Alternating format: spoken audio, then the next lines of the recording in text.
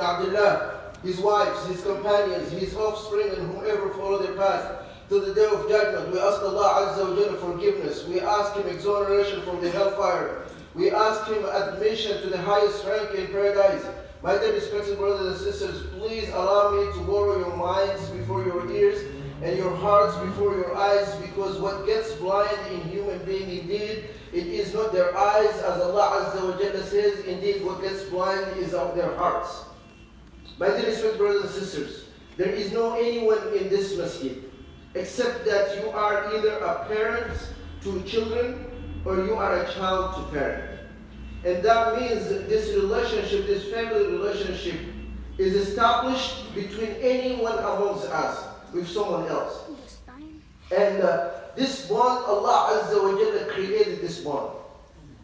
Our obligation is to maintain this bond so that we can live in this dunya peacefully, with peace of mind, and then we will live in the Jannah at the end as one family, as Allah Azza wa Jalla says, الذين آمنوا واتبعتهم ذريتهم بإيمان ألحقنا بهم ذريتهم وما ألتناهم من عملهم من شيء. Those who believe in Allah Azza wa Jal and their offspring, their children, believe in Allah Azza wa Jal, Allah Azza wa Jalla will actually raise the children or those who did not meet the rank of the parents. Allah Azza wa Jalla in Jannah, Allah Azza wa Jalla will elevate their rank so that they could be in the same Jannah. So we ask Allah Azza wa Jalla from His mercy, just like He made us family in this dunya, to make us family in the Jannah and enter it without reckoning. My dear respected brothers and sisters, when it comes to parenting, when it comes to education, the Quran is our source. Today, people earn their bachelor's, their master's, their PhD in education. And most of those who actually get their PhDs and masters and bachelor's in education, they did not actually derive any of these education principles from the Quran. But as Muslims, if we talk about education, the source of our education is the Quran. And Allah Azza wa Jalla sent the Quran so that we can derive lessons from it, so that we can learn from it to make our life better, to improve our situation. And Allah Azza wa Jalla says, أفلا يتدبرون القرآن أم على قلوب أقفالها أفلا يتدبرون القرآن ولو كان من عند غير الله لوجدوا فيه اختلافا كثيرا. Why don't they reflect on the Quran? Allah Azza wa Jalla did not send the Quran only to be memorized or to be read. Allah Azza wa Jalla sent the Quran to be read and memorized and reflect on it and then apply it to our lives, so that the Quran would play its role in our life. And today I would like to share with you, my brothers and sisters, few methodologies on how to educate our children and our youth based on the Quran, based on the surah of Luqman. And Luqman, like many of you know, he is known to be wise. That's why Allah Azza wa Jalla says, وَلَقَدْ آتَيْنَا لُقْمَانَ الْحِكْمَةَ أَنِ اشْكُرْ لِلَّهِ. The first thing that Allah Azza wa Jalla talked about Luqman, hikmah, wisdom. Allah Azza wa Jalla did not say, وَلَقَدْ آتَيْنَا لُقْمَانَ الْعِلْمَ. He didn't say, when did we have given Luqman knowledge? Because knowledge without wisdom, it is detrimental in fact. That's why when you are an educator, if you are a parent or you are an older sibling, when you treat those who are under you, you have to have wisdom in treating them. And the definition of wisdom is saying the right thing at the right time to the right person. If you have the right message, but you choose the right time and you have the right person, it's not going to go well. And that's why you have to make sure all of these are available before you send your message. And you might have the best message in the world, but when you choose the wrong way to send it, people will reject it. You might have the strongest or the harshest message, but when you choose the channel, the right channel, people would accept it. And that's why Allah Azza wa Jalla says, يؤتي الحكمة من يشاء ومن يؤتى الحكمة فقد أوتي خيرا كثيرا. Indeed, Allah Azza wa Jalla will give knowledge, will give wisdom to whoever He wants. Knowledge, you could go to school and learn. But wisdom, it is a gift from Allah Azza wa Jalla. He will give it to selected people. And that's why we ask Allah Azza wa Jalla always to give us hikmah before knowledge. Because I'll give you this example that most of you know it. When this man came and urinated in the masjid of the Prophet ﷺ, this will show you what is the difference between knowledge and wisdom. When this man urinated in the masjid, the Prophet ﷺ was sitting, and the companions rushed to him so that they could stop him. Because they have the knowledge that it is not okay to urinate in the masjid. But they did not have the wisdom at that time on how to use that knowledge. But the Prophet ﷺ, mu'allim al-nas al-hikmah, he had the wisdom and knowledge. He's the one who taught them it's not okay to urinate in the masjid. But he is the one who told the Prophets and the companions, stop, do not go to him. Let him finish. This is not our masjid.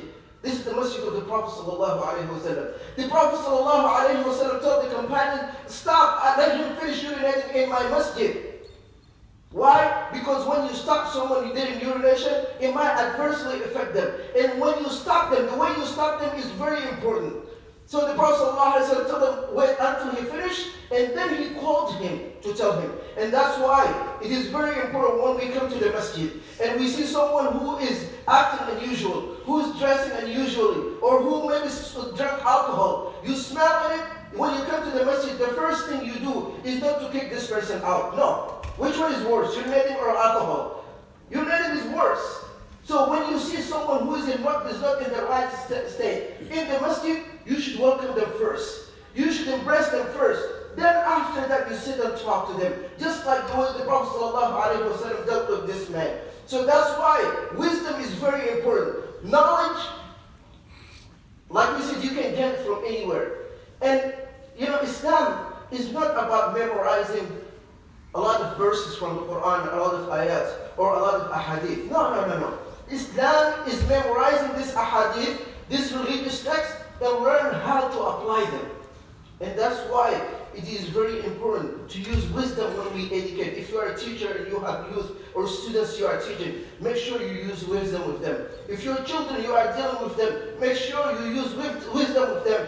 Then Allah Azza wa Jalla told us another thing about Luqman. When you educate either students or your children, you need to make sure you have compassion with them.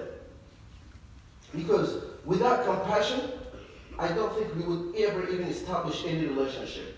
Allah Azza wa Jalla said about His Prophet sallallahu alayhi wa sallam, وَلَوْ كُنْتَ فَضًّا بِمَا رَحْمَةٍ مِّنَ اللَّهِ لِنْتَ لَهُمْ وَلَوْ كُنْتَ فَضًّا غَلِيظَ الْقَلْبِ لَانْفَضُّوا مِنْ حَوْلِكَ.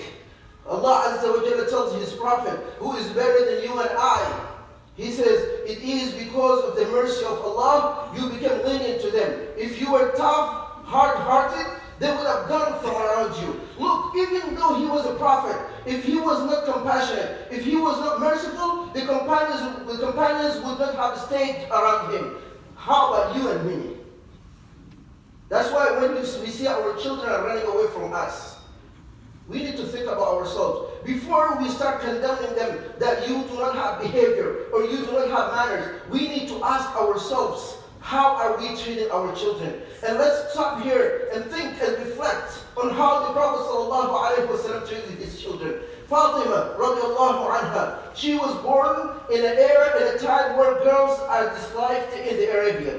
When somebody actually was given a news that his wife delivered baby girl, look what Allah Azza wa Jalla says. وَإِذَا بُشِّرَ أَحَدُهُمْ بِالْأُنْثَى ظَلَّ وَجْهُهُ مُسْوَدًّا وَهُوَ كَظِيمٌ يَتَوَارَى مِنَ الْقَوْمِ مِنْ سُوءِ مَا بُشِّرَ بِهِ أَيُمْسِكُهُ عَلَى هُونٍ أَمْ يَدُسُّهُ فِي التُّرَابِ. When one of them is giving glad tidings that their wife delivered baby girl, you will see their face turn to dark, and they don't know whether to keep this baby girl with a shame or go and bury it alive. In that time, look how the Prophet ﷺ treated his daughter. When she comes, he will stand up.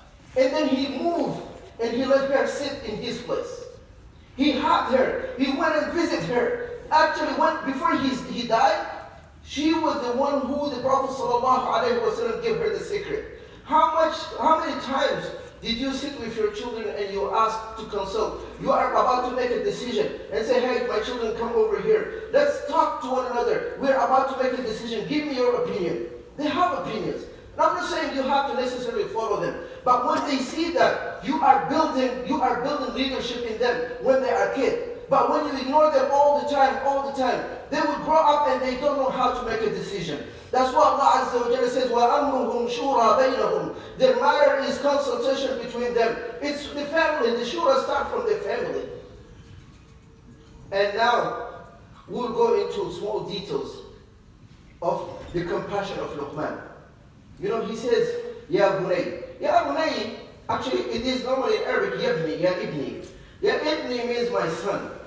But when you say ya bunay tasghir lil ibn, it is spoiling your child in a good way. So you, instead of just calling them their name all the time, call them my dear daughter or my dear son sometimes. Luqman did not call the name of his child throughout the verses. Do you think he doesn't know his name? He's the one who chose the name for him. But he kept calling him Ya Bunay so that the child will feel that he's in love with his father. When the person is in love with someone, they will do everything you want, wallahi. They will. And that's why Luqman captured his heart first. And then Allah Azza wa Jalla says, وَهُوَ يَعِظُهُ. And wa'al is different than lecturing. وَهُوَ يَعِظُهُ means he was instructing him. You know what is instruction?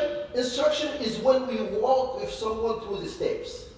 Not sitting back and tell them, do this, and do this. Because, you know, when you tell your child, do this and do this, maybe they will listen to you when you are around them. But when you do it with them, they will know that this is an essential part of our life. And they will imitate you. And they are really good in copying. But maybe they are difficult in following instructions. So Luqman, he actually advised. And we are really good as parents most of the time to say, don't do this and do this. The best way to convince our children not to do something for us to stop doing it. For the best way to tell our children to do something for us to do it. When you want to give sadaqah, give it to your child and let them go and give it. They will get used to it. So that eventually when you are not with them, they will go ahead and apply it. And then Luqman goes into effective advices to his child. And the first thing he says, Ya bunayya la tushrik billah. And I would like to stop here a little bit. Shirk, I'm not going to talk about shirk a lot because you all know that shirk is not acceptable. But the way we actually tell our children this is not okay, it has great effect. Because when you tell your child this is haram, and unfortunately, our children grow up only knowing haram. They don't know why is it haram, and they don't know that there is between halal and haram, there is makruh and mustahab and mubah. They only know what is halal. Most of the time they don't know what is haram, just because they hear the parents are saying it. So Luqman, he tells his child, إِنَّ الشِّرْكَ لَظُلْمٌ عَظِيمٌ. Instead of saying the shirk is haram. So why this is important? When you tell your child, you talk to them based on their level of understanding, it will make sense to them. And dhulm, it means oppression in Arabic. And when you tell someone, and they all know it, when you do something to them, they will say this is not fair. So they know the pain of treating someone unfairly. So when you tell them shirk is unfair to Allah, they will say, oh no, I'm not going to do it because this is not fair to Allah Azza wa Jalla. But in opposite, if you say this is haram, yeah, maybe they say it is haram. But what kind of effect this haram has? And the other thing, wallahi, my advice to you, my brothers and sisters, let's stop using halal and haram without evidence. Allah Azza wa Jalla says, وَلَا تَقُولُوا لِمَا تَصِفُ أَلْسِنَتُكُمُ الْكَذِبَ هَذَا حَلَالٌ وَهَذَا حَرَامٌ لِتَفْتَرُوا عَلَى اللَّهِ الْكَذِبَ. Do not use your tongue falsely saying this is halal and this is haram without knowing. And that's why when you say something is haram, you need to have an evidence. If you don't have an evidence, please ask for it. So the first thing that we need to teach our children when they are growing up, installing the correct aqidah in their heart. That's why I get many times the parents ask me, what kind of education I need to start my children with? There is no better than establishing correct aqidah. And aqidah is not memorizing. Do we all know what is arkan al-iman, the pillar of iman? And tu'mina billahi wa malaikatihi wa kutubihi wa rusulihi. We have memorized that. But this is not what it is meant by aqidah. How does that affect your life? So, the pillars of our iman is believing in Allah and His messenger and the angels and the prophets that He sent. Yes, we memorize it. But do you know what kind of effect this has in your life? Well, who is Allah Azza wa Jalla? Sit with your children and talk. And sometimes they ask you, who is Allah? Instead of shutting them down, do research. Search and see. Explain Allah to them in a way that they would understand. Wallahi, atheism is the biggest problem now. Actually, it is a common problem between the Muslims, Christian, and Jewish. Our children go to high school and then they go to college, they will start disbelieving in Allah Azza wa Jal because they did not know who is Allah Azza wa Jal. So we have to make sure that we explain Allah to them when they were growing up so we can install it in them. And when they grow up, inshallah, they will not go far away. When we talk to them about angels, yes, they know that they are angels, but what is the effect of existence of angel in their life? They need to know all these things so that it will change their perception. And then Allah Azza wa Jalla inserted talking about their parents. My dear youth, brothers and sisters, you know your parents are the most precious thing you have. You will only have them once. Once you lose them, you will not get them back. If they are not blessing you, that means you are not blessed, wallahi. Because the satisfaction of Allah Azza wa Jalla, it is in the satisfaction of our parents. And I'm not saying follow them in everything, but show them compassion. They showed you compassion when they changed your diapers. They showed you compassion when you were sick and crying at night, and they spent the night. They show you compassion when they worked countless hours and brought food on the table. Now you grow up and you say, no, you do not have compassion to give me. You do not tell me what to do. Who are you? With all due respect to you. But your success in this dunya, it depends on your success in your relationship with your parents. Wallahi. The way you will treat your parents, that's exactly the way your children will treat you eventually. Even when your parent tells you to do something that is haram, وَإِنْ جَاهَدَاكَ عَلَىٰ أَنْ تُشْرِكَ بِي مَا لَيْسَ لَكَ بِهِ عِلْمٌ فَلَا تُطِعْهُمَا وَصَاحِبْهُمَا فِي الدُّنْيَا مَعْرُوفًا. Even if they tell you to do what is haram, do not do the haram, but that doesn't mean you should boycott them. You should stop talking to them. No, you still need to treat them with kindness in this dunya. And then Luqman talked to his child, about their relationship with Allah Azza wa Jal. And he says, Ya bunayya, innaha in taku mithqala habbatin min khardalin, fatakun fi sakhratin, aw fi samawati, aw fi al-ardi ya'ti bihi Allah. Allahu Akbar. We have someone who then parked with a New York plate T 78534-2C. Please, if you have it, move it. So, our children, most of the time, we take them, and when I say this, wallahi, I'm not blaming any parent.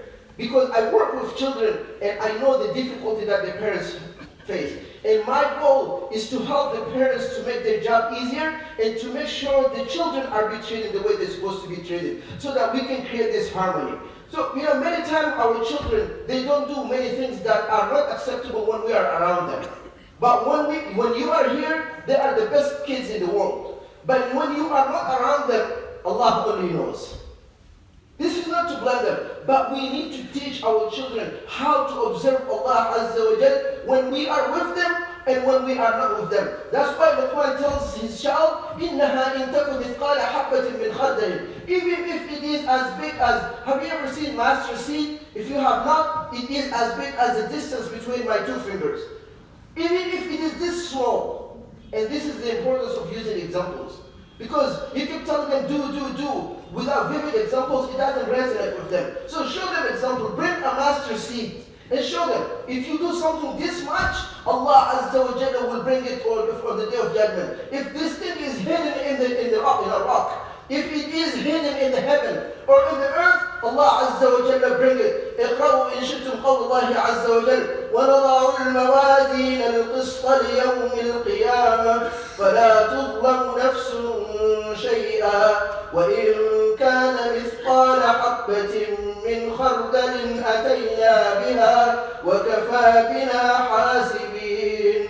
Allah Azza wa Jalla says on the day of judgment, we will put the scale of justice.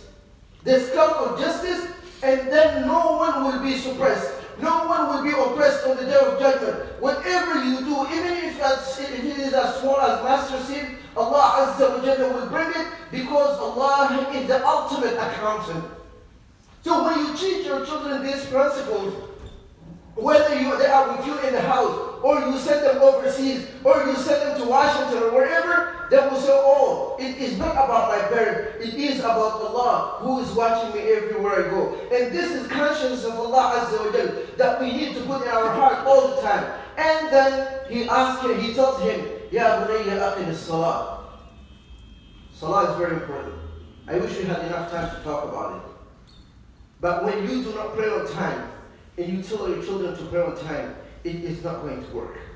So make sure we are establishing the prayers. Make sure you are waking up for Fajr, and then let them see you. And inshallah, eventually they will imitate you. If you do not have Salah, you do not have Jannah. Allah. No Salah, no Jannah. You have to be convinced. And when we talk about Jannah and Akhirah, we have to make sure we give vivid examples so that they understand what is the severity of the Day of Judgment. And then Luqman alayhi salam tells his child, وَأْمُرْ بِالْمَعْرُوفِ وَانْهَ عَنِ الْمُنْكَرِ. And Allah Azza wa Jalla, wants our children to be leaders. We don't want them to be passive. We want them to be active. Actually, we want them to be proactive. We want them to go out and they take the leadership. They will not be followers. They will be followers of the right thing, but they will not be followers and vulnerable to anyone who's outside. And that's why today, unfortunately, our children, when they see their friends smoke marijuana, they will smoke. When they see their friends smoke cigarette, they will smoke. When they see their friend drink alcohol, they will drink. Because they did not have the immunity. We did not build in them the immunity to stay away from this. And instead of following this one who drinks and smokes, let those who drinks and smoke follow them. And that's why Allah Azza wa Jalla says, وَمَا كَانَ رَبُّكَ لِيُهْلِكَ الْقُرَى بِظُلْمٍ وَأَهْلُهَا مُصْلِحُونَ لَيْسَ وَأَهْلُهَا صَالِحُونَ. Being righteous is not enough. We have to make sure we are righteous and we lead other people to be righteous. That our responsibility as Muslims, it is collective responsibility. It is responsibility of Ummah. When you educate your child in your house, make sure you educate them to tell them you will be leader in the Muslim Ummah. Not only how to work 40 hours a week and then get a paycheck. No, we are better than that. Our responsibility is كنتم خير أمة أخرجت للناس تأمرون بالمعروف وتنهون عن المنكر. Our responsibility is we are the best nation that Allah ever created to mankind. Why? Because we are more handsome? Because we are richer? Because we are stronger? No, wallahi. Because we order and we enjoy what is good and we stop people from doing what is bad. And this is the leadership that Allah Azza wa Jalla put in us so that we will instill this leadership skills in our children. And then the small matters, which is sober. It is small, but it is with huge impact. Patience is about everything. The difference between Jannah, how to get in the Jannah and how to get in the hellfire, is patience. We need to train our children to be patient. And many times, our children, they want to get whatever they want. When you tell them, I'm not going to give you this, they will start labeling you that you are a hater. You do not like them. But we need to be able to explain to them, you will be faced in the life with challenges. If you do not have sabr, you will not go anywhere. That's why the Prophet ﷺ says, مَا أُعْطِيَ أَحَدٌ عَطَاءً خَيْرًا وَأَوْسَعَ مِنَ الصَّبْرِ. Allah Azza wa Jalla will never give a gift to anyone more important and better than what? Than patience. May Allah Azza wa Jalla give us patience. And then I will conclude with this. Luqman kept advising about manners. Most of the time we think when your relationship with Allah is good, you don't care about your relationship with people. No. It doesn't work that way in Islam. For those who know how to work the graphs works, our relationship, we have vertical relationship, and we have horizontal relationship. The vertical relationship is with Allah Azza wa Jalla. And the horizontal relationship is our relationship with fellow people, with your family, with your friends, with the community, with the citizens, and so forth. So, if you draw proportionate line, the higher your relationship with Allah Azza wa Jal, the better your relationship with people. The higher you go, the better it gets. That's why the lower your relationship with Allah, the worse your relationship is with people. Do not say, I will pray 5 times a day and that's enough. Wallahi. Remember the Prophet ﷺ said, مَا مِنْ شَيْءٍ أَثْقَلَ عَلَى الْمِيزَانِ مِنْ يَوْمِ الْقِيَامَةِ مِنْ حُسْنِ الْخُلُقِ. There is nothing that is heavier on the scale on the day of judgment than good manners. Good manners is as simple as treating people the way you want it to be treated. Be honest, be compassionate, be merciful, be here for people when they need you. A simple smile is considered to be good manner. So when you have good manners, actually you are doing nothing, but you are getting rewards. Subhanallah. What a blessing from Allah Azza wa Jalla. That's why Luqman tells his child, advise him about arrogance. You know, arrogance is a killer in our society, wallahi. You know, the Prophet ﷺ says, لا يدخل الجنة من كان في قلبه مثقال حبة من كبر. No one will get in the Jannah with what? Even if he has or she has a size of an atom of arrogance in their hearts. We have to remove this ugly character and matter in our heart. We need to treat people the way we want it to be treated. There is no one better than the Prophet ﷺ. Yet he humbled himself. He came down, and that's why he earned and he captured the hearts of people. And when we teach our children, do not be arrogant. And that's why Luqman said, وَلَا تُصَعِّرْ خَدَّكَ لِلنَّاسِ وَالتَّصْعِيرُ دَامٌ يُصِيبُ الْإِبِلِ فَتَمِيلُ رَأْسُهُ مِنْ جِهَةٍ إِلَى أُخْرَى. وَلَا تُصَعِّرْ. التصعير, it is an illness that attacks the camels. So when it attacks the camels, it will actually make their head turn involuntarily. So Allah Azza wa Jalla wanted to tell us how ugly is it when you turn your cheek away to people just because you feel like you are better than them. No, you aren't better than anyone, wallahi. So, finishing with this, the way you walk is very important. Don't make sure when you walk, you show humility in the way you walk. Do not walk as if you are going to crack the earth, because you will never be able to do it. When you talk to people, وَغْضُضْ مِنْ صَوْتِكَ, make sure you are not actually loud. And as Muslims, we have to make sure that our neighbors do not hear our voice. Whether you are playing your radio or you are talking to your family, make sure we are actually talking lower. And when we come to the masjid, we need to whisper to one another instead of bothering everyone. That's why Luqman alayhi salam tells his child, إِنَّ أَنْكَرَ الْأَصْوَاتِ لَصَوْتُ الْحَمِيرِ. The most disagreeable voice is the voice of donkey. Who likes to hear the voice of donkey? No one. When you tell your child, you raise your voice, you sing like a donkey, trust me, the next time they will not do it. بارك الله لي ولكم في القرآن العظيم ونفعني وإياكم بما فيه من الآية والذكر الحكيم.